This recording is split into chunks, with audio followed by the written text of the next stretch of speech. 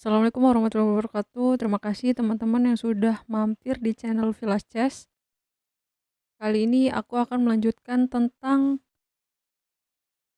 King Fork atau raja, penggarpuan dengan menggunakan raja, dan juga nanti ada pawn fork atau penggarpuan dengan menggunakan pion. Jadi teman-teman yang belum melihat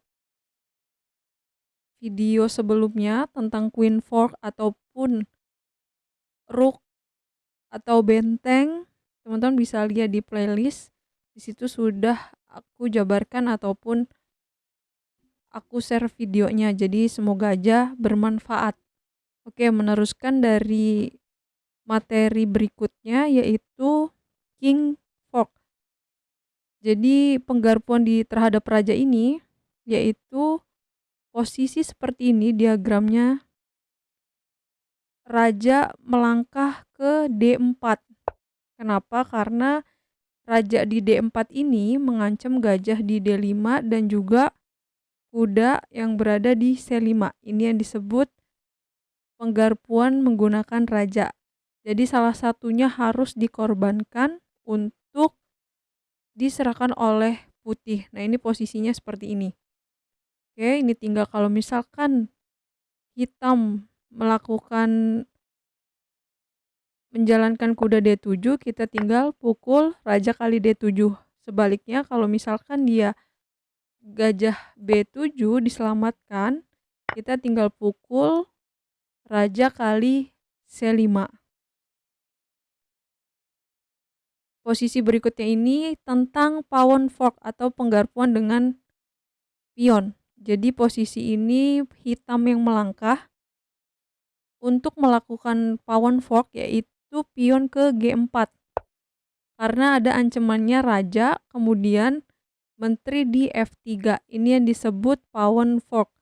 Jadi posisinya mengancam dua arah ataupun raja dan juga menteri. Harus dilakukan penyelamatan oleh raja.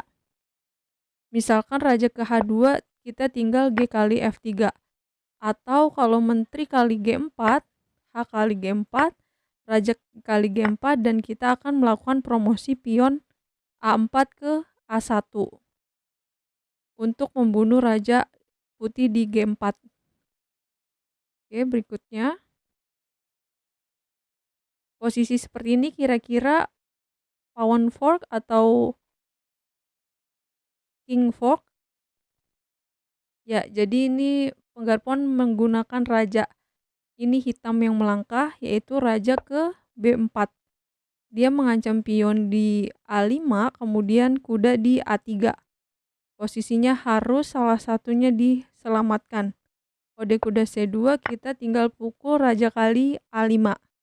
Dan rata-rata posisi seperti ini seimbang. Karena apa? Karena kuda tidak bisa melakukan ataupun membunuh raja hitam. Tinggal kuda putih berusaha mengambil pion hitam yang berada di A6.